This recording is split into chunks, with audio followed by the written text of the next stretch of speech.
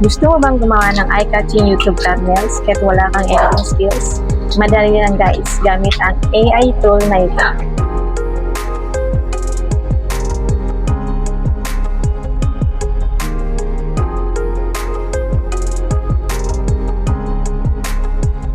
Nasa description box na ngayon guys, click nyo na lang. Tapos gawa mo na kayo ng account nyo, mag-sign up muna kayo. Free lang naman pag gumawa ng account, magsa-sign up lang kayo. Tapos pag may account na kayo, pwede na kayong gumawa ng thumbnail na gusto nyo. Tara, let's go! So dito guys, pag account na kayo, makikita nyo na to. Tapos ito tayo sa text to thumbnail.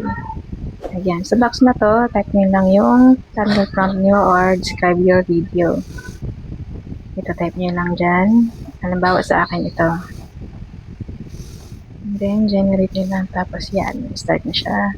Wait lang natin hanggang tapos, so mabilis lang, napakadali lang guys. Napakasulit ng tool na ito. Hindi na kayo mahirapan mag-isip ng idea ng type thumbnail nyo or design. So ayan, ayun na siya. O, diba? Pwede nyo download yan. Tapos, ayan. So, naman dito sa recreate thumbnail. Yan. Dito naman, guys, mag-upload kayo ng picture. Dito sa image thumbnail, mag-upload kayo ng picture na gusto nyo pagandahin. Halimbawa ako ito sa akin. Ayan. Tapos, enter naman yung ano nyo, thumbnail prompt or describe your video. So, sa akin ito.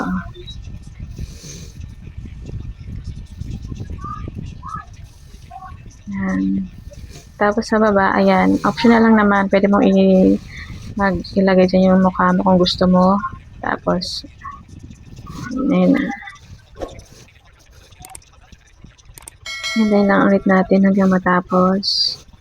Napagaling nito guys ng AI tool na ito. Marami kang pwedeng gawin sa tool na ito guys. Ayan, wow, diba? Ayan na siya. Tapos, ito yung before and tada! Galing! Sunod naman, AI text generator. So, dito naman guys, mag-upload ka ng picture mo or type ka ng picture. Una, type mo yung pangalan. Bawa si Ana. Ana, upload natin ang picture ni Ana. Ayan, ang ganda ni Ana.